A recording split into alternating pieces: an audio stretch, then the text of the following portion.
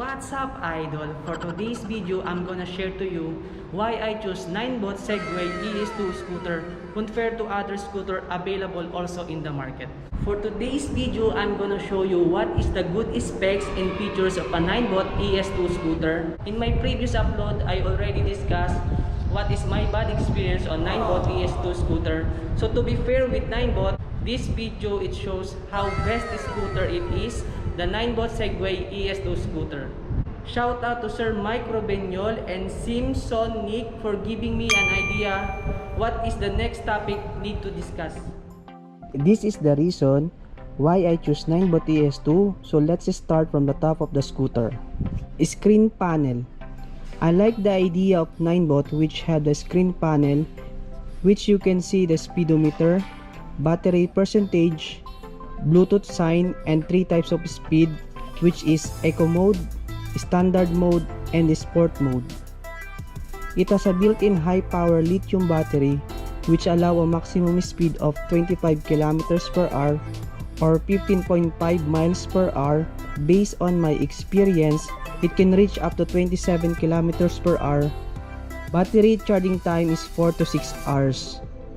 I love the idea of having both front and back shock absorber, especially when you are riding in a rough roads. Solid tires. It has a 8 inches solid tire.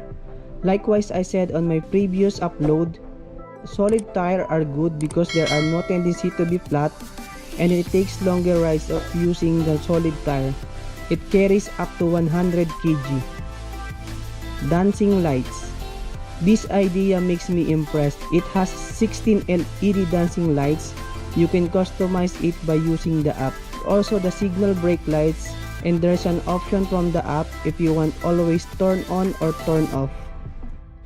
Folding mechanism. It has a dimension of 41 by 17 by 12 inches and it has a lightweight 12.5 kg. You can carry this NINEBOT ES2 scooter one-handed, making it the perfect lightweight travel companion. Solid frames. NINEBOT ES2 has a metal alloy with a powder coated paint. All body parts are made of high quality materials. Water resistant IP54. So what is IP54?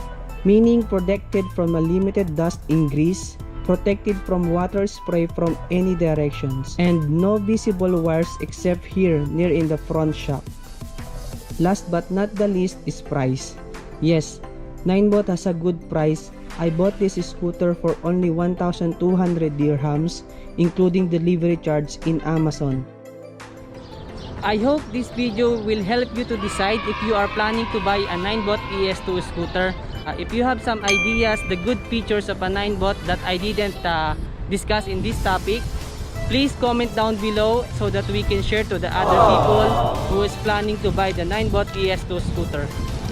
And special shout out to Clarence Del Doc, Gustavo Carico, Bench Galawan, and Ma'am Shanine Dorothy Do.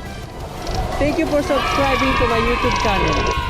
And that's all for today. I hope you like my video. If you like my video, please subscribe and hit the bell button for you to be updated for my upcoming videos. And that's all for today. And this is James signing out.